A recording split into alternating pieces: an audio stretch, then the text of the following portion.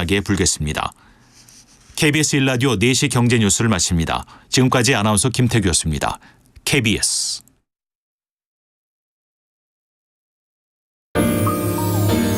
대한민국 중심 채널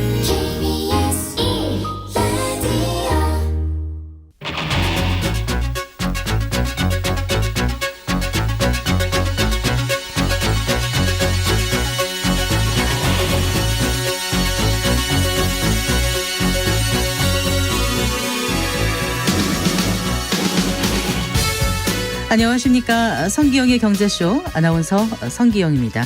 가족의 존재는 물론이고 자신이 살아온 인생조차 망각하는 치매는 정말 무서운 질병인데요. 노인성 질환이기 때문에 초고령화를 앞둔 우리 사회가 미리 대비할 필요가 있습니다. 원인부터 치료제 시장까지 치매에 대해 궁금한 것들 알아보겠습니다.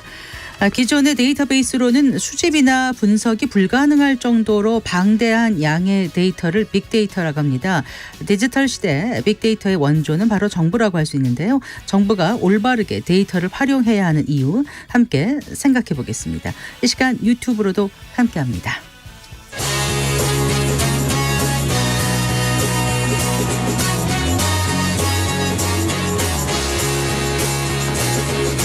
경제 시야를 넓혀드립니다. 투자의 지름길을 안내합니다. 돈 되는 정보를 발견하는 시간. KBS 1라디오 경제쇼.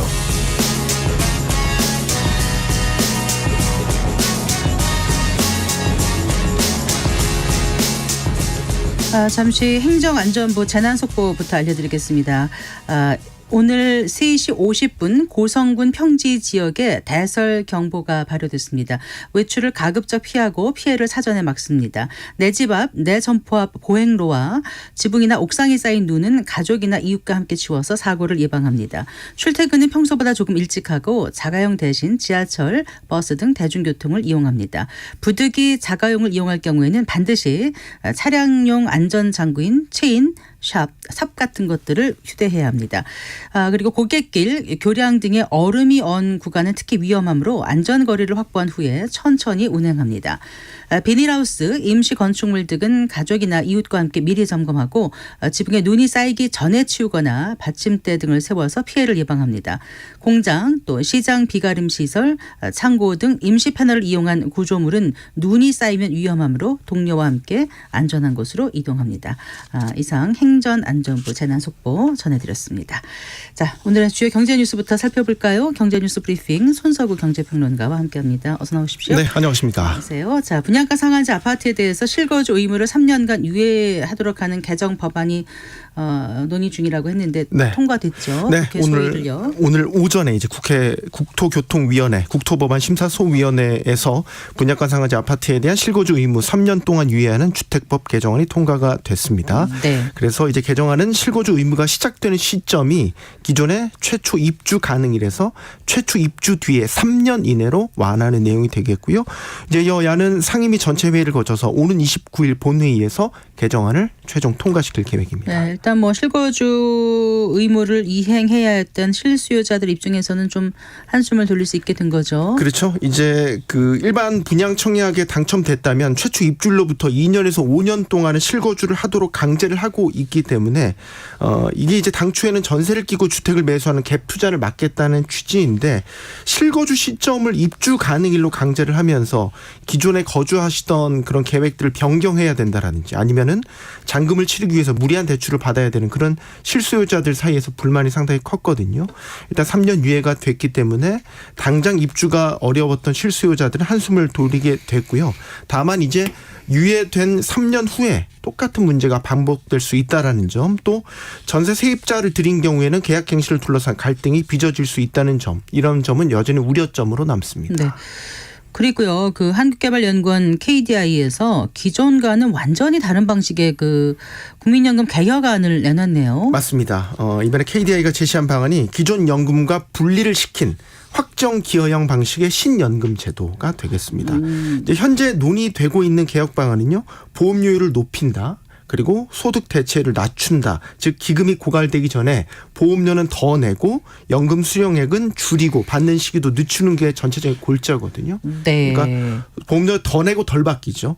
근데 결국 재정 고갈을 늦추는 방안인데 근본적인 방지책은 아니라고 본 거죠. 그래서 또 하나 세대별로 형평성 문제도 있기 때문에 아예 다른 방식이 필요하다라고 본 그러니까 거죠. 지금의 방식을 지금 말씀해 주신 거고. 맞습니다. 그런데 지금의 개혁 방식이 이제 그 재정 고갈 문제라든가 형평성에 있어서 근본적인 해결책이 아니라고 본 거라는 말씀이시잖아요. 맞습니다. 네. 그러니까 현행 국민연금 제도가 유지되는 경우에 적립기금 자체가 2039년에 1975조 원, 2조 원까지 모여서 이제 정점을 찍고요. 점차 감소를 하는 구조거든요. 네. 그래서 2054년에는 아예 소진되는 것으로 지금 분석이 됩니다. 그래서 지금 개혁 방안은 보험료율을 인상을 하고 연금 지급 시기를 늦추는 이런 모수 조정을 통해서 적립기금 고갈 시점을 늦춰서 연금 재정 안정화를 꾀하자라는 건데 KDI가 근본적으로 제기하는 문제는 이겁니다. 저출산 문제가 심각한 상황을 감안하면 이런 식으로 모수를 어떻게 조정하더라도 결국 세대 간 형평성 문제를 완화하는 데 한계가 있다라고 지적을 한 거죠. 네. 가령 현 제도를 유지를 하면은 2050년대에는 기금이 고갈되고 기존 세대의 소득 대체율 40%를 유지하기 위해서는 결국 미래 세대의 보험료율을 30%에서 40%까지 올려야 되는 이런 문제에 봉착할 수 있다라는 거고 네. 만약 보험료율을 현재 2배인 현재는 9%거든요. 근데 2배인 18%까지 올린다고 가정을 하면 기금 고갈 시점을 2080년대로 늦어지긴 하지만 그 이후의 세대 보험료율을 또 추가로 인상을 해야 되기 때문에 네. 결국에는 이 미래 세대의 보험료 기대 수익비라는 것이 1 미만 즉 0.44까지 떨어진다 이런 점을 지적을 하고 있습니다. 이 기대 수익비 설명을 잠깐 드리면은요. 네. 네. 내가 받을 연금 총 급여액이 내가 납부한 보험료와 기대 운용 수익률을 합해서 나눈 비율이거든요. 이 기존 세대는 이게 비율이 1이 넘어요. 네. 그런데 이런 식으로 가면 기대 수익비가 기금 소진 시점 이후부터는 1 밑으로 떨어질 수밖에 없다. 이런 문제점을 제기를 하고 있습니다. 그래서 그럼 KDI가 제시한 새로운 연금 제도는 어떻게 바뀐다는 거예요? 이런 구조적인 문제를 근본적으로 바꿀 수 있다는 겁니까? 네. 그러니까 일단 개정을 분리하자는 겁니다. 그래서 개정을 분리한다. 즉 개혁 시점 이전에 납입한 보험료에 대해서는 네. 이걸 아예 구연금 계정으로 분리를 하자. 그래서 별도로 운영하고 연금도 별도로 지급하자라는 거죠. 네. 그래서 이제 구연금에서 부족한 재정 부족분이 있을 것 아닙니까? 네네. 이게 올해 기준으로 609조 원 정도로 추산이 되는데 이걸 미래 세대의 보험료로 대신 짊어지게 하지 말고요.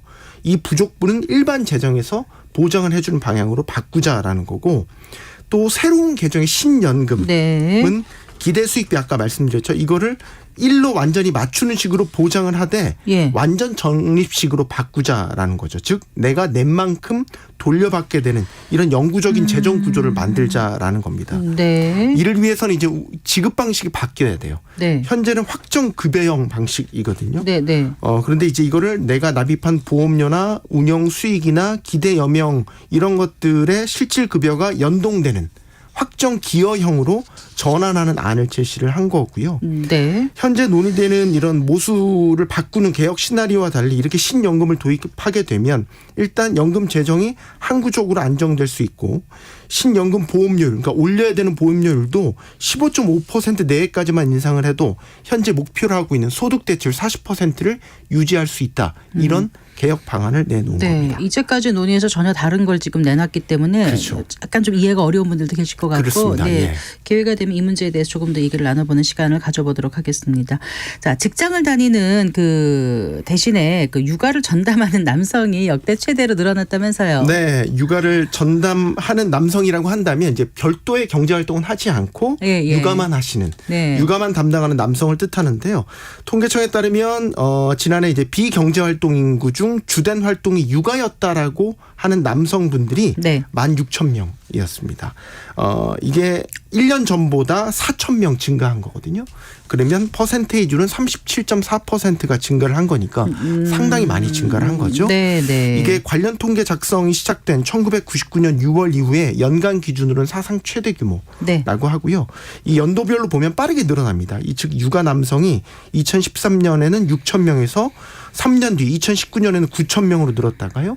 2021년에 13,000명 등으로 이렇게 가파른 증가세를 보이고 있으니까 한 10년간 통틀어 보면 3배 네. 이렇게 늘어난 셈입니다. 그렇군요. 또 그럼 눈에 띄는 게 하나 이제 40대가 가장 많았습니다. 육아를 전담하는 여성 비율은 그럼 상대적으로 좀 줄어든 건가요? 그렇습니다. 육아 전담 여성은 이제 작년 기준으로 봤었을 때 84만 명이었습니다. 그래서 1년 전과 비교했을 때 14만 5천 명, 15%가량 줄어든 것으로 집계가 됐습니다. 네. 그래서 육아 전담 여성은 해가 갈수록 줄고 있는 추세인데 이걸 잠깐 짚어보면 2013년에는 147만 6천 명에서 네. 4년 뒤 2017년에는 126만 2천 명으로 줄었고요. 2022년에는 98만 4천 명 이렇게 네. 꾸준히 줄고 있는 추세고요. 그렇지만 여전히 육아를 전담하는 인구를 따져보면 여성이 남성의 50배 네. 여전히 압도적으로 많습니다. 그러니까 여전히 여성이 육아를 도맡아 하고 있는 것으로 추정할 수 있는 거고요. 하지만 여성의 경제활동이 갈수록 늘어나고 있고요. 또 최근에는 이제 배우자 육아휴직 제도가 확대되고 있지 않습니까? 네네. 또 남성 육아에 대한 인식도 바뀌고 있어요. 이에 따라서 육아 전담 남성이 점차 늘어나고 육아 전담 여성은 줄어드는 이런 추세는 이어질 것으로 전망이 되고요. 마지막으로 저 역시 40대인데 저도 육아 전담하려고 육아휴직을 한 경험이 있거든요. 그러세요? 얼마나? 그래서 한 6개월 정도 했습니다. 그러셨어요. 이제 네. 남성이 육아를 전담하는 게 저희 세대만 해도 그렇게 어색하지 않은 그만큼 이제 세대가 바뀌었다 이런 말씀을 마지막으로 드리겠습니다. 아이를 어르고 달래는 모습이 좀 상상이 안 가네요. 네, 즐거운 시간이었습니다. 잘 들었습니다. 고맙습니다. 네, 고맙습니다. 경제뉴스 브리핑 손석구 경제평론가와 함께했습니다.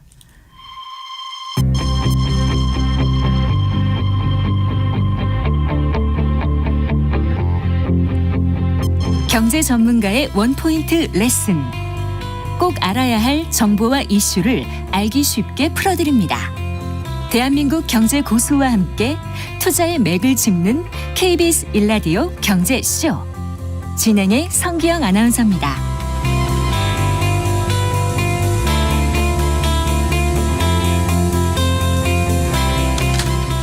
네, 4시 16분입니다.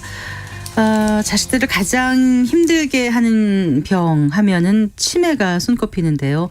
뭐 본인보다 가족이 불행한 병이라는 말이 나올 정도입니다. 고령화 시대 앞으로 치매 치료제나 관련 산업은 어디까지 발전할지 치매 완치의 길은 없는 건지 생각해 보겠습니다. 원호섭 매일경제 기자 스튜디오에 모셨습니다. 반갑습니다. 네, 안녕하세요. 네, 치매라는 게 뭐 다들 무슨 병인지는 알고 있는데 의학적인 용어는 어떻게 정의하고 있죠? 네. 일단 뭐 잘 아시겠지만 우리가 지금 이렇게 보고 말하고 네. 판단하고 생각을 하고 어떤 하는 모든 행동은 이제 뇌에서 일어나는 일이거든요. 그렇죠. 네, 치매라는 거는 이제 뇌의 인지 기능이 저하가 돼서 이런 일상적인 활동이 불가능해지는 상황 이렇게 보면 될 것 같습니다. 네. 그 이제 중증으로 넘어가면 심지어 음식을 씹는 법도 잊어버리고 움직이지 못하게 되어서 잊어버리는 거예요? 예, 그렇습니다. 그래서 음식도 삼키지 못하고 혹은 씹지 못하는 일까지 발생하는데요. 우리 뇌의 기능이 줄어들기 때문에 발생하는 일이라고 그렇게 보시면 될 것 같습니다. 네. 그러니까 흔히 그 병원에서 경도적 인지 장애다 이렇게 표현하는 건 아직 치매라고는 보지 않는 건가요? 예, 경도 인지 장애는 바로 단계인가요? 치매 전 단계라고 보시면 되고요. 네. 예, 네. 근데 치매 그 경도적 인지 장애를 방치하면 치매로 넘어갈 수 있다고 의사분들은 그러던데 예, 맞습니까? 맞습니다. 예, 매년 한 경도인지 장애 환자의 10에서 15%가 매년 그 치매로 전환이 되고 있고요. 네. 그래서 이제 또 이따 말씀드리겠지만 치매를 예방하는 가장 좋은 방법은 네. 경도인지 장애 판정을 받았을 때 치매로 진전되지 않도록 네. 최대한 노력을 하는 게 지금으로서는 가장 좋은 해결책이라고 볼 수 있습니다. 그래요. 네. 치매도 여러 종류가 있죠. 흔히 우리 주변에서 보는 노인성 치매 그거는 알츠하이머 치매, 네네, 치매. 그렇습니다. 네. 그리고 또 어떤 게 있죠? 크게 이제 알츠하이머 치매가 이제 전체 치매 환자의 60에서 70% 정도를 차지하고 있고요. 네. 그리고 이제 혈관성 치매가 한 10% 그리고 나머지 네. 치매가 있습니다. 그 알츠하이머 치매 같은 경우는 이 뇌가 쪼그라들면서 뇌가 축소되면서 뇌의 인지 기능이 저하된다고 볼 수 있고요.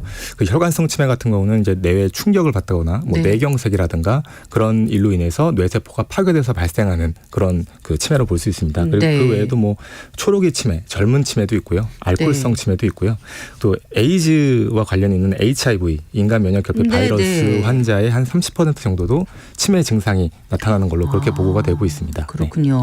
치매가 의심되는 분들은 반드시 그러면은 약간 좀 젊은 나이라도 병원에 반드시, 가서 예. 검사를 받아보는 솔직히 저는 게 이제 예. 전문의가 아니기 때문에 네, 네. 저는 치매를 많이 취재를 했지만 그 치매가 갖고 있는 어려운 용어를 일반인들에게 최대한 좀 쉽게 전달하는 전달자 역할이고요. 네. 반드시 치매가 의심이 된다 혹은 걱정이 된다 하시는 분들은 반드시 전문의와 상담을 통해서 적절한 처방을 받아야만 합니다. 흔히들 그 노인성 치매인 알츠하이머 치매가 많이 알려져 있지 않습니까? 네네네. 아무래도 발병 빈도가 높아서 그럴까요? 아니면 다른 무슨 이유가 있는 건가요? 그 일단 이 아까 말씀드렸듯이 이제 고령화가 될수록 뇌의 기능이 떨어지는데요. 그 얘기는 이제 고대 이집트 시대에도 그런 기록이 남아 있다고 합니다. 그래요? 예, 나이가 네. 들면 인지 기능이 저하된다. 그래서 그 히포크라테스도 그런 기록을 남겼다고 하고요. 그래서 아직까지는 그 고령화가 진행이 되면 나이가 들면 그 과정에서 뇌의 인지 기능, 뇌 기능이 떨어지고 그래서 발생하는 게 알츠하이머 치매이기 때문에 네. 그 고령화 관련이 있다 보니까 알츠하이머 치매의 빈도수가 가장 높고요. 하지만 이제 최근 나온 결과들을 좀 보면 나이 많으신 분들이 알츠하이머 치매에 많이 걸리는 건 맞지만 네. 그게 꼭 연관이 있지는 않다라는 얘기도 많이 하고 있습니다. 네. 그래요. 네. 그러니까 알츠하이머 치매의 원인은 지금 말씀하신 대로 그 뇌가 어쨌든 노화가 된 건데 저는 이제 그 전에 의학 프로그램을 좀 진행한 네네네. 적이 있거든요. 거기서 뭐 베타 아밀로이드, 네, 맞습니다. 네. 뭐 타우 단백질 뭐 네, 이런 얘기를 맞습니다. 들어본 적이 네, 타우 맞습니다. 탱글 뭐 이런 얘기를 네, 들어봤는데 맞습니다. 네. 그 얘기 좀 해주세요. 일단 현재 알려져 있는 원인은 그런 물질들이라고 하던데요. 예, 맞습니다. 지금 이제 아밀로이드 베타 말씀 잘해주셨는데 베타 아밀로이드 혹은 아밀로이드 베타라고 하는데요. 네. 이 아밀로이드 베타라는 단백질은 우리 몸에도 지금도 저도 갖고 있고요. 혈액을 다 돌아다니고 있습니다. 근데 그게 이제 어떤 이유에서 뇌에서 이제 엉겨 붙어서 하나의 조각을 만들기 시작하고요. 그 만들어진 조각에서 독성 물질이 뿜어서 나오면서 뇌 기능이 빠르게 저하가 됩니다. 네. 그런데 이제 아직까지 이거를 아밀로이드 베타 가설이라고 부르는데요.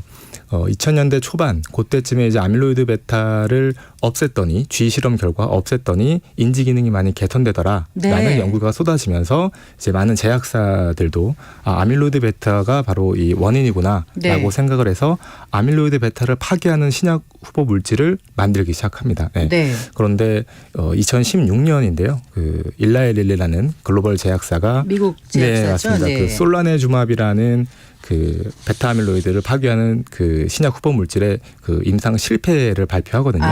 네. 10년 넘게 투자했고 천문학적인 비용이 들어가는 임상 시험이 실패를 하다 보니까 그 당시에 이제 그 과학계에서 이런 얘기가 나왔습니다.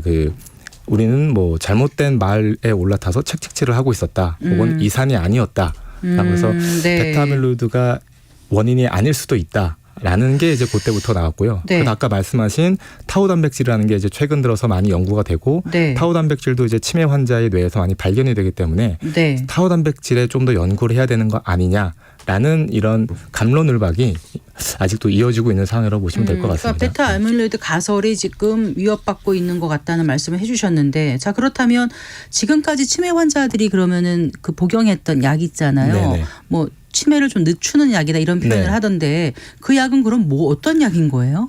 이제 뇌의 기능을 이제 좀 강화시켜 주는 거라고 볼 수 있는데요. 네네. 우리 뇌에서는 이제 아세틸콜린이라고 하는 네네. 신경 전달 물질이 이렇게 분비가 됩니다. 네. 그래서 그 아세틸콜린이 계속 분비되게 하기 위해서 아세틸콜린 분해 억제제라는 걸 저희가 먹었던 겁니다. 그걸 먹으면 분해되지 않게. 예, 맞습니다. 그 분해되지 않게 해서 뇌 기능을 좀 좋게 계속 유지되게 하는 건데 지금까지 그거와 관련된 약이 4개가 출시가 됐는데요. 네, 그거는 네. 이제 효과가 많이 좀 떨어지고 네. 이미 치매가 많이 진행이 된 환자에게서는 또 효과가 많이 떨어지기 때문에 이제 많은 제약사나 뭐 연구계에서는 아밀로이드 베타나 아니면 타우 단백질이나 이렇게 뭔가 근본적인 물질을 파괴하는 지금 신약을 개발해야 되는 거 아니냐. 그래서 이제 분야에서 지금 많은 연구가 이루어지고 있다고 보시면 될 것 같습니다. 사실 네. 심장과 뇌는 인체에서 가장 중요한 기관 네. 중에 하나라고 할 수 있고, 근데 이제 뇌를 쉽게 우리가 뭐 이렇게 다른 기관처럼 열어보기도 어려운 네네. 거고, 아까 말씀하신 뭐 아밀로이드 베타든 뭐 타우든 이런 게 뇌에 끈적하게 엉겨 붙어 있는 거를 네. 아주 뭐 정교하게 떼낼 수도 없는 거고 네, 맞습니다. 그러자니 그게 정확히 치매의 원인이다라고 단정하기도 지금 어려운 상황이니 예. 참 어려운 것 같아요. 하지만 그 단정하기 어렵지만요. 네. 지금까지 수많은 연구 결과에 따르면 그 아밀로이드 베타는 네. 확실히 치매와 연관이 있다라는 거는 어느 정도는 합의는 좀 이루어져 있고요. 네. 거기에 이제 타우 단백질도 추가로 네. 영향을 미친다라는 것들이 어떻게 보면 치매 연구에 있어서 좀 이렇게 방향이 정립되는 단계라고 해야 될까요? 네. 그렇게 생각을 하고 있습니다. 네. 그렇군요.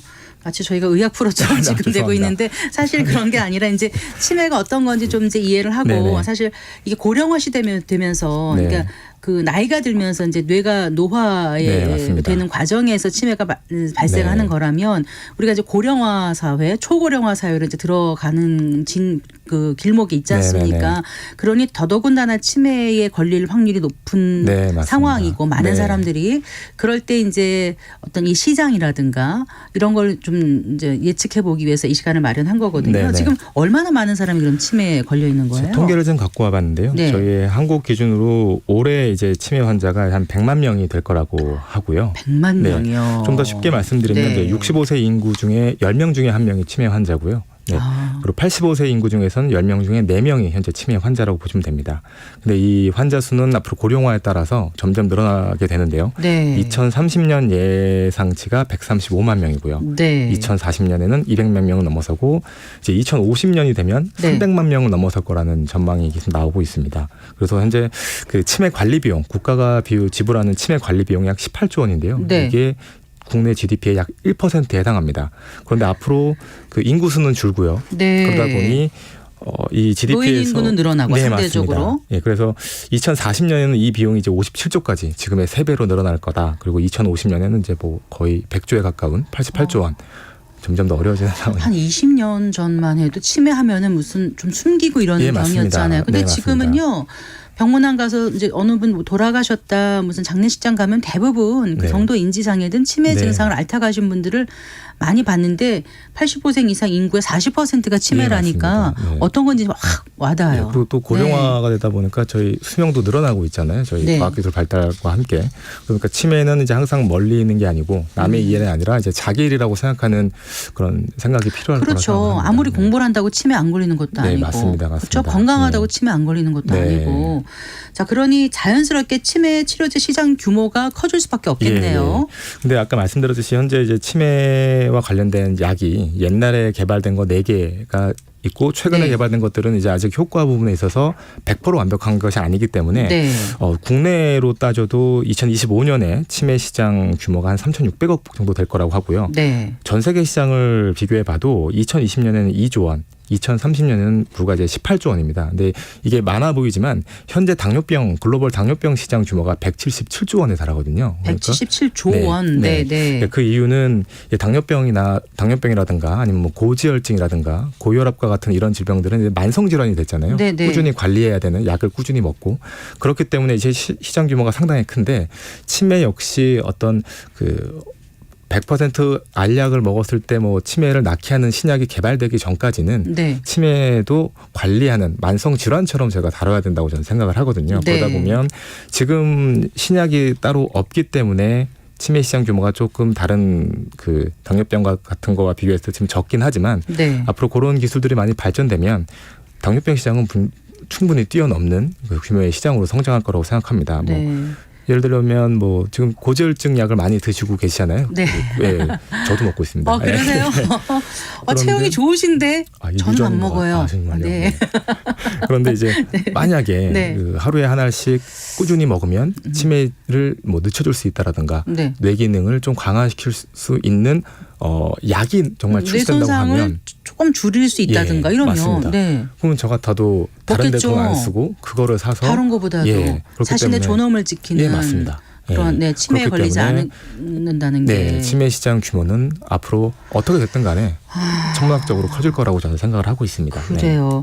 그러면 지금 이제 신약을 개발 중인 회사는 어느 정도나 있습니까? 예, 대표적으로 아까 말씀드렸던 일라이 릴리 같은 회사가 이제 치매에 정말 진심으로 치매 연구를 하고 있고요. 네. 몇 차례 실패를 했지만 끊임없이 계속 신약을 후보 물질을 발굴하고 임상을 통해서 효과를 확인하고 있는 단계라고 보시면 될 것 같습니다. 그리고 이제 2021년에 새로운 신약을 출시했던 바이오젠 네, 또 네. 예, 후보 연구하고 있는 회사 중에 하나라고 볼 수 있고요. 둘 다 미 제약 회사죠? 아닌가요? 예, 그렇습니다. 네, 근데 네. 그리고 또 저기 국내에서도 이제 많은 제약사들이 치매 신약 후보 물질을 토대로 임상 1상 뭐 이 정도 실험을 하고 있긴 한데 네. 치매 임상이라는 게 워낙 많은 돈이 필요하고 전 네. 세계적으로 전 세계 많은 나라에서 해야 되기 때문에 정말 많은 돈이 필요하거든요. 그렇기 때문에 임상이 또 시간이 오래 걸릴 거예요. 예, 다른 3년, 병보다 5년 시작이 이상 돼서 걸립니다. 얼마나 진행되는 그 경과를 보고 네. 거기에 이 물질을 투여했을 때 얼마나 개선되는지 보려면은 이걸 뭐라 그러죠? 시간을 많이 예, 좀 되게 경과를 오래 봐야 되기 걸립니다. 때문에 그거를 참 버틸 수 네. 있는 게 국내 제약사 규모가 그런 거를 버틸 수 있기는 쉽지 않을 거라고 생각하고요. 제가 이제 어제 저녁에 한번 그 미국 FDA 사이트에 들어가서 현재 이제 영어로 된 거요?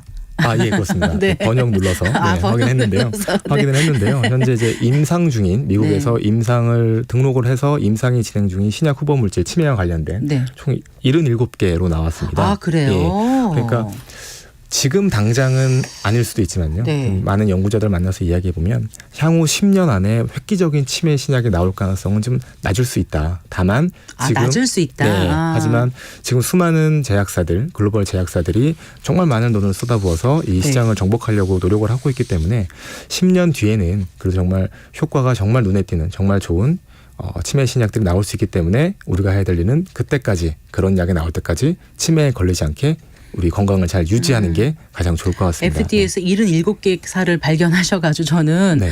그러니까 이제 좀 10년 안에는 뭔가 나올 것 같다라는 말을 아니, 근데 기대했는데 그- 그건 아니고. 네, 근데 2021년부터 지금까지 이제 2021년에 아두카누마브라는 바이오젠의 네네. 신약이 나왔거든요. 네. 근데 아쉽게도 올해 초에 바이오젠이 생산을 중단을 했습니다. 올해 초에 네. 효과가 많이 없다라는 판단이 나왔어요. 근데 2021년에 약이 하나 나왔고요. 그리고 2023년 지난해도 레카네맙 네, 네. 바이오젠과 일본 제약사가 함께 만든 레카네맙이 나왔는데요. 네. 이 레카네맙은 그전 아두카누맙과 비교했을 때 효과가 조금 더 나아졌다고 합니다. 가격도 그전 아두카누맙이 1년에 한 6천만 원 들었는데 그렇게 많이 들어요? 네, 정맥 주사로 넣는 건데요. 네. 6천만 원. 이 레카네맙은 1년에 한 3천만 원 정도로 낮췄고요. 그리고 지금 일라이 릴리가 곧 이제 FDA의 승인을 기대하고 있는 그 이제 도나네맙이라는 것이 있는데 네. 이 도나네맙의 임상 결과는 레카네맙보다 훨씬 더 나았다고 합니다. 가격도 떨어뜨릴 거라고 하고요. 네. 그러니까 최근 한 4년, 3년 사이에도 네. 정말 이제 눈에 보이는 효과, 개선 효과들이 나타나고 있기 때문에 네. 한 10년 정도만 지나면 네. 이 효과들이 쌓이다 보면 정말 이제 좀 희망이 생기네요. 예, 효과 좋은 약들이 아두카누맙하고 레카네맙하고 도나네맙 네. 이것들은 전부 다 아까 말씀하신 베타 아밀로이드를 맞습니다. 파괴하는 그거를 그런 파괴하는 그런 신약 후보 물질이라고 보시면 될 것 같습니다. 그렇군요. 네. 어쨌거나 완벽한 치매 치료제 개발은 지금 당장은 쉬운 건 아니라는 거는 이제 이해를 했는데 네. 아까 그 치매를 그런 신약이 나오기 네. 전까지 치매에 걸리지 않도록 노력하는 게 일단 네, 개인으로서 할 일인 것 같거든요. 네, 네. 어떤 방법이 있다고 의사들은 권하고 있습니까? 그 정말 가장 기본적이고 기초적인 거를 지키는 게 제일 중요합니다. 제가 네. 오기 전에 또 다양한 논문들을 좀 찾아봤는데요. 네네. 그 치매에 걸리지 않은 즉 고령의 환자들을 대상으로 설문조사를 하고 네. 그 추적조사를 한 논문이 하나 있는데 그 치매에 걸리지 않은 사람들 혹은 네. 치매에 걸리더라도 이 치매 진행이 늦은 사람들의 공통점을 찾아봤더니 가장 눈에 띄는 게 외국어였습니다. 그러니까 그래요? 외국어 공부를 하는 사람들은 뇌를 상당히 많이 쓰기 때문에 물론 그 그냥 말이 안 논문에서는 나오죠. 뇌를 써야 네. 나오니까. 그 논문에는 네. 왜 그런지는 모르겠지만 네. 이 외국어를 배우고 그 노력하는 과정에서 뇌에 상당히 많은 자극이 있기 때문에 네. 그러지 않을까 이런 내용이 있었고요. 그리고 뇌를 건강하게 유지하는 정말 과학적으로 증명된 방법이 정말 하나 있습니다. 누구나 지킬 수 있는 건데 못 지키는 바로 일주일에 한 3번, 4번 유산소 운동 땀을 흘리면서 주기적으로 유산소 운동하는 것들 네. 그렇게 할 경우에는 술 담배 줄이고요. 술 담배 안 하고 그렇게 건강한 삶을 지키면 예, 치매를 최대한 지연시킬 수 예, 있다가 그 원어섭 과학적으로 기자님 하면 이제 치매 기사 많이 쓰신 네네. 거로 알고 있습니다. 근데 사실 치매하면은 보호자가 정말 힘든 병이고 보호자가 나중엔 지쳐서 쓰러지는 그런 병이다라고 얘기하는데 관련해서 정부의 어떤 제도적 지원도 필요할 것 같고요. 그런 말씀도 좀 해주세요. 네, 제가 실은 치매에 관심을 많이 갖고 치매를 이제 열심히 취재하고 치매 연구자들 많이 만났던 이유 중에 하나가 저도 이제 치매 환자가 가족 중에 있거든요. 그러다 보니까 네. 그 상황에서 좀 많이 알고 싶었고요. 치매에 대해서 어떻게 하면 좀 이걸 늦출 수 있을까 혹은 보호자들은 어떻게 해야 될까 이런 네. 게 궁금해서 많은 분들을 만났는데 네. 보호자의 경우에는 정말 이렇게 어떻게 표현할지 모르겠지만 그 가슴이 먹먹하고 막막한 상황이 이어집니다. 네. 그러다 보니까 제가 통계를 또 갖고 왔는데 그 보호자의 75%가 정신질환을 앓게 되고요. 60%는 수면 장애를 네. 앓고 있고요. 그리고 극단적인 선택을 생각하는 비율도 16%나 이게 나타난 걸로 조사 결과 이렇게 나오고 있습니다. 네. 그 아이를 돌보는 것도 쉽지 않잖아요. 근데 이제 치매 환자는 다 큰 성인이 어떻게 보면 나의 마음대로 할 수 없는 상황에 대해서 그걸 케어해야 되기 때문에 몸을 가누기 힘드니까 네. 체력적으로도 너무 힘들어요. 일반인들이 할 수 있는 일은 정말 아니고요. 그러니까 정부의 어떤 제도적 네. 지원이 필요한지. 그러니까 네. 우리나라 정부가 정말 한 몇 년 전부터 치매와 관련된 정말 촘촘한 계획을 세우고 있는 것은 맞습니다. 네, 네. 정말 많은 돈을 투자해서 이 치매 안심보호센터라든가 그래서 조기에 치매를 확인을 해서 추적하고 이렇게 관리하는 그런 제도도 많이 운영을 하고 있는데 그거보다는 조금 물론 그것도 중요하지만 일단 보호자들이 지금 살아야 되거든요. 네. 그 보호자에 대한 교육 그리고 그 치매라는 게 걸리면 어쩔 수 없지만 아까 말씀드렸듯이 걸리지 않게 하는 게 중요하기 때문에 네. 일단 그런 거에 대한 어떤 캠페인이라든가 경각심을 네, 불러일으키는. 맞습니다. 예. 네. 그런 것들이 정말 중요하고요. 그리고 네. 보호자들은 그 보호자 입장에서 보면 치매 환자를 이렇게 다룰 때 정말 자기 힘을 할 수 없고 또 정말 힘든 일이 많이 벌어지는데 네. 그런 것들을 좀 어떻게든 지원을 좀 밀착 지원해 줄 수 있는 네. 그런 것들이 좀 있어야 그렇죠. 된다고 생각을 합니다. 그러니까 재가 요양도 좀 더 원활하게 네, 맞습니다. 지원이 네. 될 수 있어야 되고 시설 네네. 요양이라든가 이런 것도 좀 잘 돼야 되는데 이런 시장 규모가 당연히 커질 것 같고요. 네네. 네. 그런 준비도 해야 되겠죠. 예, 그 재가요양 시장, 그 집에서 이제 환자를 돌봐주는 시장 규모를 봤더니 한 8조 원 정도, 국내 8조 원, 상당히 큰 거거든요. 예. 그리고 이제 시니어 이런 것들을 이제 시니어 케어 시장이라고 하는데 네. 시니어 케어 시장 규모는 한 11조 원 정도라고 합니다. 네. 여기 이제 실버타운이 제외된 건데 실버타운 시장까지 포함시키면 대략 한 15조 원 정도의 시장이 지금 형성이 되어 있는 거거든요. 그런데 이 돌봄, 그 치매 환자 돌봄과 관련해서는 되게 영세하고 네. 약간 어떻게 보면 그 돌보는 간병인을 구하기가 또 쉽지 않은데 맞아요. 간병인은 대부분 며칠 하다 그만두고 며칠 하다 그만두고 또 해외에서 오신 예. 분들이 많고 예. 관리도 잘 안 되고 그러다 보니까 요 시장이 네. 어떻게 보면 성장을 하고 있고 뭐 레드오션이라고 하지만 앞으로 시장은 더 커지는 과정에서 영세한 기업들이 난립한 상황이기 때문에 최근에는 여기서 이제 스타트업들도 많이 생겨나고 있거든요. 그러니까 좀 번뜩이는 아이디어라든가 혹은 네. 기존에 갖고 있는 어떤 시스템을 좀 보완할 수 있는 그런 아이디어를 도입을 하게 된다면 이 시장에서도 어떻게 보면 레드오션이라고 하지만 저는 레드오션이라기보다는 새로운 블루오션 시장이 될 수 있다. 이게 치매 환자분들이 들으시기엔 좀 언짢을 수도 있을 것 같아요. 하지만 시장으로 접근한다는 시장으로 접근한다면 게 좀 언짢을 수 있지만 네. 사실은 그분들을 위한 네, 맞습니다. 거니까 네, 그 시장은 마련이 돼야 되죠. 네. 앞으로 상당히 커질 거라고 저는 생각을 합니다. 네. 네, 커지고 있고요, 실제로도. 네. 알겠습니다. 치매 앓고 계신 가족분 건강하시고 또 그 우리 원호섭 기자님도 지치지 않으시길 감사합니다. 바라고요. 사실 우리가 그동안 극복하지 못할 거라고 생각했던 질병들 많이 극복해온 맞습니다. 게 우리 인류의 네, 역사 맞습니다. 아니겠습니까? 맞습니다. 반드시 치매를 다스릴 수 있는 신약이 나오기를 네. 믿어 의심치 않습니다. 기대하겠습니다. 고맙습니다. 네, 감사합니다. 네, 네. 매일경제의 원호섭 기자와 함께했습니다.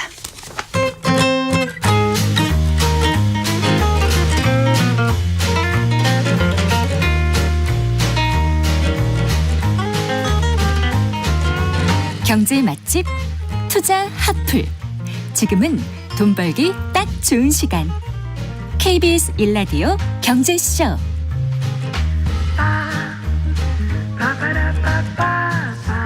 성기영의 경제쇼 2월 28일 수요일, 네, 다음 주 수요일입니다. 안수남 세무사와 함께하는 세무상담 코너가 열립니다. 세금 관련해서 궁금한 내용 있으신 분들은 성기영의 경제쇼 홈페이지 청취자 게시판에 질문 남겨주시거나 샵 9730으로 상담 내용 문자 보내주십시오. 짧은 문자 50원, 긴 문자는 100원, 그리고 애플리케이션 콩은 무료입니다. 네, 4시 38분입니다. 디지털 기술의 혁신으로 새롭게 창출되는 상품과 서비스가 우리 경제와 일상에 미치는 영향에 대해서 생각해보는 순서입니다. 디지털 이코노미, 오늘도 KDI 한국개발연구원 김동영 박사와 함께하겠습니다. 어서 오십시오. 안녕하세요. 안녕하세요. 자, 오늘 디지털 시대의 중요한 데이터에 대해서 말씀해 주신다고요. 예, 맞습니다. 이 디지털 기술이 일상에서 많이 활용이 되면서 이제 데이터의 중요성을 많은 사람들이 이야기를 하고 있습니다. 네. 특히나 이제 기업가들이 굉장히 강조를 하는 경우들이 많은데요. 이제 우리가 기업 서비스에 대한 그 수요가 많다 보니 그런 것 같습니다. 뭐 과거에 이제 데이터를 처리할 하드웨어가 없어서 데이터가 있어도 사실 이걸 어디다 써? 이런 생각들을 많이 했습니다. 네. 하드웨어가 이제 굉장히 좋아지면서 아무리 큰 데이터라도 충분히 다룰 수 있게 발달하다 보니까 빅데이터라는 또 새로운 용어가 생겨나기도 했었죠. 네. 근데 이제 오늘 얘기하고 싶은 건 데이터 그 자체에 대한 부분도 일부 있습니다만 이 언젠가부터 데이터가 민간에서만 잘 쓰면 되는 어떤 생산 요소쯤으로 여겨지고 있는 것 같습니다. 혹은 민간이 써야만 굉장히 잘 쓸 수 있는 도구다 이렇게 생각을 하는 것 같아요. 그런데 사실 빅데이터, 아주 많은 양의 데이터의 원조는 정부입니다. 네. 정부만큼 많은 데이터를 가지고 있는 주체는 사실 있을 수가 없거든요. 예. 그래서 빅데이터라고 한다면 이제 구글과 같은 빅테크 기업들을 떠올리기가 쉽지만 정부만큼 많은 데이터를 다양하게 갖고 있기도 어렵고요. 네네. 정부는 통치를 위해서 어쩔 수 없이 가지고 있어야 됩니다. 세금도 이제 정부만 거둘 수가 있잖아요. 네. 그리고 복지를 주더라도 내가 혜택을 주는 대상이 남자인지 여자인지 나이가 어떻게 되는지 외국인인지 내국인인지 이런 것들을 디테일하게 알아야 되기 때문에 네. 이 빅데이터와 정부를 연관시키는 이미지를 한번 드리기 위해서 이 데이터와 정부의 중요성에 대해서 이야기를 해보려고 합니다. 네. 자, 그러니까 이제 빅데이터의 원조 가장 많이 갖고 있는 거는 정부라는 말씀이신데, 자, 그러면 막대한 데이터를 갖고 있는데 어떻게 쓰고 있죠? 잘 사용하고 있는 건가요? 제가 오늘 이렇게 주제로 잡은 이유가 이제 잘 못 쓰고 있으니까 얘기를 하는 거기도 합니다. 이제 구체적으로 어떤 것들을 좀 얘기를 하고 싶냐면 뭐 이런 걸 한번 생각해보면 좋을 것 같아요. 우리가 쿠팡이나 아마존에서 물건을 샀습니다. 네. 그러면 이제 정말 그 성가실 정도로 알고리즘이 우리한테 비슷한 물건들을 계속 추천해 주잖아요. 맞아요. 그 와이프 몰래 뭘 샀다가 걸린 게 한두 번이 아닙니다. 알고리즘이 계속 그걸 추천해 주니까 누가 봐도 그걸 샀거든요. 네. 그런데 이걸 정부라고 생각을 해보면요. 이제 제가 어렸을 때가 아니죠. 아기들이 어렸을 때 뭔가 이제 다자녀 혜택을 이제 신청을 하려고 웹페이지에 들어가서 뭘 신청을 해보면 어디로 들어가야 될지 막 헷갈리지 않으세요? 그렇죠. 일단 네. 저도 공공 사이트에서 일을 함에도 불구하고 정확한 좌표를 찾기가 쉽지가 않습니다. 겨우겨우 하나를 찾아서 들어가서 뭘 했다 하더라도 네. 마치 쿠팡이 나한테 추천을 해주듯이 너가 연관 이거를 검색어 쫙 신청했으니까 나오면서 막 그럼 그렇죠. 얼마나 좋아요. 이런 것도 네가 신청해야 되지 않겠니? 라는 것들을 알려주면 좋은데 그런 서비스가 있지 않죠. 계속 다 개별적으로 신청을 해야 됩니다. 그래서 이게 사실은 뭐 편리성에 대해서 얘기한 것 같지만 경제적으로 어려운 누군가라고 생각을 해본다면 굉장히 많은 혜택들, 실질적인 지원들을 놓치고 있는 그런 할 결과를 수 이어질 수도 있는데 있습니다. 안 하게 해놓은 건 아니겠죠, 설마? 아, 그렇지는 않습니다. 굉장히 네. 복잡한 것들이 있기 때문에 네. 네, 할 수 있는데 안 한 건 아닙니다. 그러면 이렇게 이제 민간 기업 서비스하고 달리 정부의 서비스가 부족한 거는 단지 불편하기만 하고 말 문제는 아니잖아요, 박사님. 맞습니다. 이런 부분들을 한번 말씀을 드리고 싶어요. 물론 이제 불편함도 문제인데요. 그냥 불편함으로 치부를 해버리면 그 불편함쯤은 감수를 해야지라는 논리로 이어질 수도 있는데요. 이게 잘못하면 집단 간 불평등을 확단시키는 그러한 계기가 될 수도 있습니다. 무슨 말씀이세요? 그러니까 일반적으로 시간당 버는 돈은 부자가 당연히 더 많습니다. 더 많겠죠.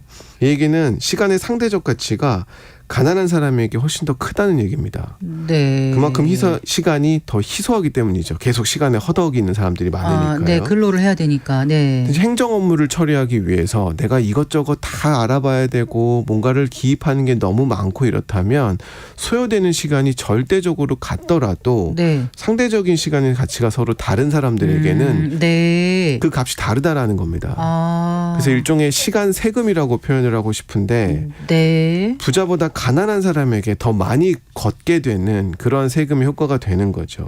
이런 것들이 누적되면 결국엔 집단 간 불평등의 하나의 원인이 될 수도 있습니다. 그래요?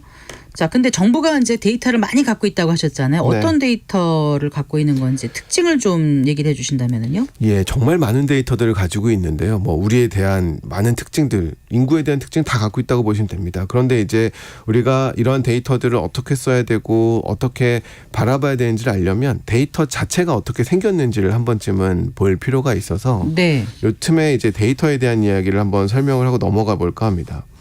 이 데이터라고 하는 건 그냥 좀 지루하게 표현을 하면 어떤 추정값하고요. 그리고 편향이 좀 들어가 있습니다. 네. 만든 사람의 편향이 있고요. 그리고 노이즈라고 하는 요 세 가지의 요소들로 네. 구분이 됩니다. 네. 예를 들어서 제가 이제 계속 뭐 나올 때마다 예시를 드는 일이기도 한데 저는 그 소리에 민감해서 이런 스피커나 헤드폰에 돈을 많이 쓰는 편입니다. 그러세요? 뭐 이것저것 많이 사보는데 네. 거기서 나오는 소리가 사실은 실제 녹음된 소리하고는 굉장히 다른 소리입니다. 네네. 그러니까 실제 소리를 어느 정도 추정된 값이라고 할 수가 있죠. 네. 이런 소리도 다 데이터입니다. 그래서 네. 데이터로 말씀을 드리면 추정값이 되어 있고요. 어떤 브랜드를 쓰느냐에 따라서 쿵쿵거리는 소리가 더 강조되기도 하고 맞아요. 저 뒷면에 있는 작은 소리들이 더 강조되는 헤드폰들이 있습니다. 그렇죠. 네. 이걸 어디를 더 강조할 것이냐가 일종의 만든 사람의 편향입니다. 네네. 데이터는 이런 것들이 다 묻어져 있는 거고요. 제가 지하철에서 헤드폰을 쓰고 오고 있다면 그 소리가 잘 안 들릴 겁니다. 왜냐하면 노이즈가 굉장히 많기 때문이죠. 네. 데이터도 똑같습니다. 이런 추정값과 편향과 노이즈로 구분이 되어 있다라는 것들을 기본적으로 이해를 할 수 있어야 됩니다. 네. 근데 이 노이즈라고 하는 건 추정값이 이제 많을수록 사라집니다. 그래서 이런 것들을 이런 데이터들의 특징을 이용해서 제도가 만들어지기도 하는데요. 미국의 SAT 같은 경우는 그래서 6번을 봅니다. 대학 그 입학 네, 6번, 7번 정도를 보는데요. 적성 시험인가요? 네. 왜냐하면 그날의 컨디션이라고 하는 노이즈는 네. 여러 번 시도를 할수록 계속 감소하고 실제 그렇죠. 실력의 추정을 더 잘할 수 있는 데이터가 남아질 수 있기 그렇겠네요. 때문에 네. 이제 이러한 것들이 데이터의 특성을 이용해서 정책에 반영되는 사례라고 할 수가 있죠. 그래서 지금 데이터의 특징이 이제 본질이 추정, 편향, 네. 노이즈가 있다는 거잖아요. 맞습니다. 그러니까 그러면 데이터 개념을 지금 말씀하신 그 특징 우리가 이해해야 되는 거. 아까 처음에 말씀하신 정보 서비스가 부족했는데 그게 불평등까지 야기한다는 거와 어떻게 맥락이 닿는 건지 좀 설명을 해 주세요. 예, 사례를 들어서 한번 설명을 해볼까 싶은데요. 네. 기본적으로 드리고 싶은 말씀은 데이터라고 하는 건 조금은 비판적이고 봐야 되고 저게 어떻게 쓰이는지를 잘 봐야 된다라는 점들 정보 네. 서비스에서도 미국 경찰 80년대 90년대 미국 경찰 얘기를 한번 해보고 싶습니다. 네. 그 당시가 이제 어떤 시기였냐면 그 신공공관리 이론이라는 것이 유행하던 시기예요. 그러니까 정부라고 하는 이 관료제 조직에서도 효율을 따져야 된다라는 네. 것이 굉장히 유행하던 시기입니다. 아, 그러다 보니까 데이터 중심의 의사결정들이 곳곳에서 생겨나기 시작을 했습니다. 그랬군요. 경찰도 예외는 아니었는데요. 이제 경찰은 그 근무 태만을 막기 위해서 다양한 경찰의 실적을 데이터로 증명하기 시작을 했습니다. 네. 얼마나 잡았냐 뭐 이런 것들을 따져보는 거죠. 그러다 보니까 이제 어떤 문제가 생겨나기 시작을 하냐면 데이터로 잡히는 업무만 하는 겁니다. 예를 들면 마약 사범을 잡더라도 네. 마약의 상선을 잡아야 실제 길거리에서 마약이 사라지는데 네. 그래봐야 굉장히 어렵게 해서 한 건인 거잖아요. 네. 그런데 마약 유통책을 잡는 건 상대적으로 쉬울 겁니다. 그리고 데이터에 여러 건으로 잡히게 되고요. 그러니까 진짜 해야 될 일보다는 데이터 중심의 어떤 일들을 하는 이러한 일들이 발생이 되기도 하고요. 그럼 실제 네. 마약이 사라지지 않는 거죠. 네. 그리고 범죄율이 문제다라는 기사가 나오기 시작을 하면 네. 범죄율을 낮추는 시도를 합니다. 네. 예를 들어 살인은 시체가 있으니까 이제 어떻게 조작할 수가 없죠. 뭐 조작이라는 표현은 아니지만 그런데 상해라든지 강간 같은 건 증거 불충분이라는 것들로 네. 범죄가 아닌 걸로 만들 수가 있거든요. 범죄율을 낮출 수 있다. 그래서 80년대나 90년대에 데이터 중심의 의사결정이 미국 경찰에 시작이 되면서 이제 이런 변화들이 생겨나기 시작을 했습니다. 그러니까 데이터라고 하는 걸 정확히 이해하지 못하고 정책을 만들게 되면 이러한 부정적인 결과들이 일어날 수 있다라는 거죠. 네, 그래요. 그러니까 결국 빅데이터의 원조는 정부고 정부가 정말 막강한 데이터를 보유하고 있는데 네. 그걸 갖고 있는 정부부터 지금 데이터를 잘 활용해야 한다. 이 말씀을 하고 싶으신 것 같아요, 오늘. 그렇죠. 데이터의 네. 양도 중요하지만 네. 데이터가 어떻게 생겼는지 그리고 데이터의 특성에 따라서 어떻게 쓰느냐에 따라서 어떤 좋은 서비스가 이루어질 수 있는지를 종합적으로 정부가 판단해야 된다는 이야기를 이렇게 길게 하고 있는 겁니다. 네. 사실 제가 재직하고 있는 KDI도 그 데이터 때문에 생긴 겁니다. 네. 그 경제 정책을 만들고 싶은데 그 당시만 하더라도 경제가 어떻게 생겼는지에 대한 객관적인 수치들이 없다 보니까 정책을 네. 만들 수가 없어서 이제 그 당시에 이런 기관을 만들어서 경제 정책의 기반들을 쌓기 시작을 하는 거죠. 네. 자, 그 데이터가 정확하지 않으면 복지국가로 가는 것도 사실 쉽지 않겠어요. 그렇죠. 왜냐하면 이렇게 생각하시면 됩니다. 우리가 지금까지 데이터가 없던 시절, 그러니까 잘 활용할 수가 없었던 시절에는 정부 서비스가 그룹화되어 있었어요. 네. 65세 이상. 뭐 어떤 조건 네. 이렇게 그룹화를 해놓고 그 그룹에 들어오냐 안 들어오냐에 따라서 수급의 대상이 되고 그렇지 않은 경우가 생겨나기 시작을 했잖아요. 네. 근데 사실 그 밖에서 굉장히 도움이 필요한 사람들도 많습니다. 네. 그런데 우리가 쿠팡이나 아마존 같은 넷플릭스, 메타 이런 서비스를 보면 다 데이터를 바탕으로 개별화합니다. 네. 그룹화가 아니라 개별화를 해서 말 너무 잘하는 것 같아 이런 생각 들 그렇죠. 때가 심지어는 있잖아요. 네. 그 사람에 맞는 서비스를 제공을 해주는데 네. 그런 것들이 이제 이루어지지 않다 보니까 실질적인 복지의 사각지대가 과거나 지금이나 사라지지 않는 모습 계속해서 나타나고 있는 겁니다. 의도가 됐든 아니든 정부가 데이터를 잘못 수집하거나 네. 혹은 제대로 잘 사용하지 않으면 어떻게 보면 불필요한 정책도 만들 수 있고 아니면 더 나쁜 정책이 될 수도 있겠네요. 맞습니다. 이 사회학자들이 좋아하는 게 굉장히 극단적인 사례입니다. 그래야 비교할 수 있으니까요. 비교해 주세요. 이게 이제 미국의 흑인 거주 지역과 백인 거주 지역의 차이에서 나타납니다.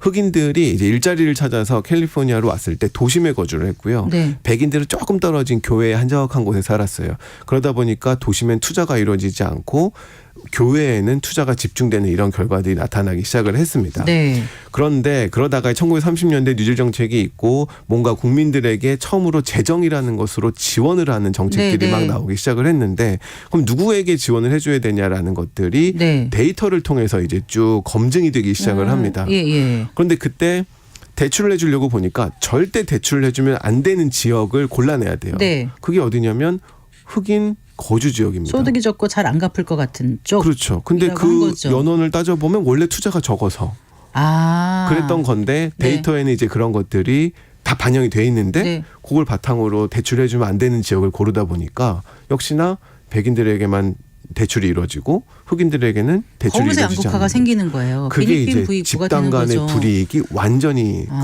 극대화되는 그런 결과로 정부는 이어지는 데이터 거죠. 중심으로 뭘 해보려고 했는데 그렇죠. 오히려 이렇게 맞습니다. 분리 뭐 이렇게 되는 거죠. 그래서 이 데이터의 네. 특성을 잘 알고 써야 된다는 그러니 겁니다. 데이터의 양도 중요하지만 이걸 어떻게 잘 쓰냐, 질을 어떻게 높이느냐 이게 중요하네요. 맞습니다. 빅데이터보다 굿데이터가 더 필요하다는 게 정부 사이드에서는 아주 중요한 포인트입니다. 그러면 정부가 데이터 잘 활용해서 좋은 정책 만든 사례는 어떤 게 있어요? 이게 또 경제학을 연구하는 입장에서 굉장히 욕심나는 사례이기도 한데요. 미국의 오퍼튜니티 인스티튜트라는 곳이 있습니다. 이제 하버드 경제학과의 라지 채티 교수가 이끌고 있는 연구팀이 같이 일을 하고 있는 건데요. 미국 국세청의 30년치 데이터를 받았습니다. 납세 데이터를 받은 거죠. 그러니까 미국 전역의 30년치 납세 데이터를 가지고 이런저런 분석을 하기 시작을 한 겁니다.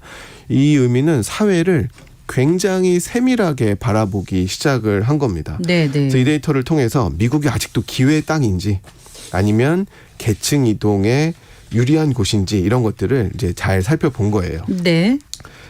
어느 정도 단위로 봤냐면 아파트 단지 단위로 본 겁니다. 우리로 치면. 그러니까 네. 굉장히 세밀하게 살펴본 거죠. 연구 결과를 따르면 어떤 지역은 북유럽과 비교해도 좋을 만큼 기회가 굉장히 균등하고 풍부하게 나타났고 어떤 지역은 개발도상국과 비교해도 더 부족할 정도로 불평등이 심한 지역이라는 것이 밝혀졌습니다. 네. 그러니까 백인들이 모여 사는 지역은 계층 이동성이 굉장히 유리하게 나왔고요. 네. 흑인이 모여 사는 곳은 여전히 계층 이동이 어렵게 나왔습니다. 이 지역 이게 어떤 의미냐면 자녀가 부모가 속했던 계층보다 30대가 됐을 때 더 나은 계층으로 상승하기가 어렵다는 의미거든요. 계층 네네. 이동이 낮다라는 것.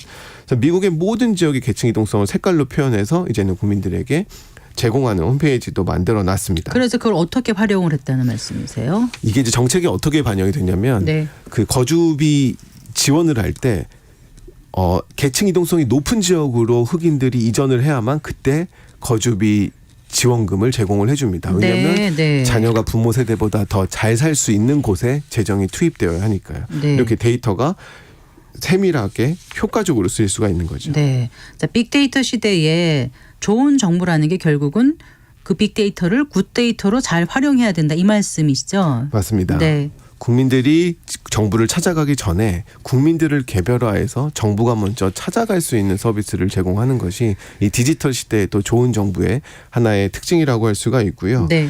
우리가 이제 디지털 정부라는 것을 바라볼 때 한 가지 좀 염두에 두었으면 좋겠는 게 우리가 꿈꾸는 것이 강대국인지 선진국인지를 좀 구분을 할 필요가 있는 것 네. 같습니다. 강대국이라고 한다면 굉장히 효율을 따지는 것도 중요한 요인이 되겠지만 선진국이라고 한다면 또 한편에서는 네. 효율의 가치, 형평의 가치 뭐 이런 것들도 같이 바라봐야 될 필요가 있거든요. 근데 디지털 시대의 개별화라고 하는 건 단지 정부 서비스의 효율만을 위한 것은 아니다라는 네. 것들 강조를 하고 싶습니다. 네. 풍요를 서로 나눌 수 있는 그런 선진국으로 가기 위해서는 굿데이터를 잘 맞습니다. 활용해야 된다 이런 말씀이셨어요.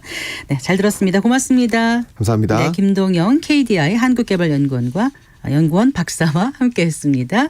네, 성기영의 경제쇼 오늘 순서 여기까지입니다. 저는 아나운서 성기영이었습니다. 고맙습니다.